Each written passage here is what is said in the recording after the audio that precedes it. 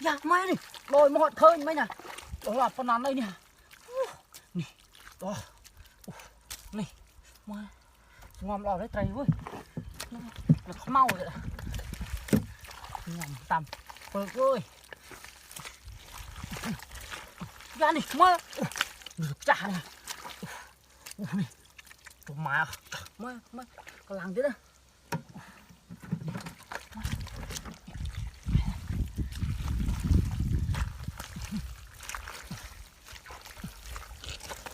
ra đi mai rút mai đó là cái đau đó hơn cái đây hả một cái bàn ở đây vô cái này mượn đông như thế này mình ở thì với à tục sân mình ở thì rồi mượn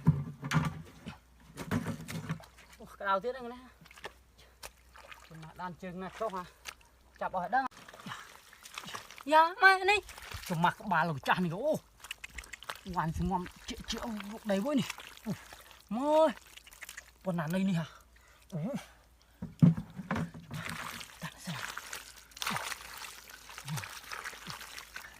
xuống ngon vẫn đấy rồi mai đây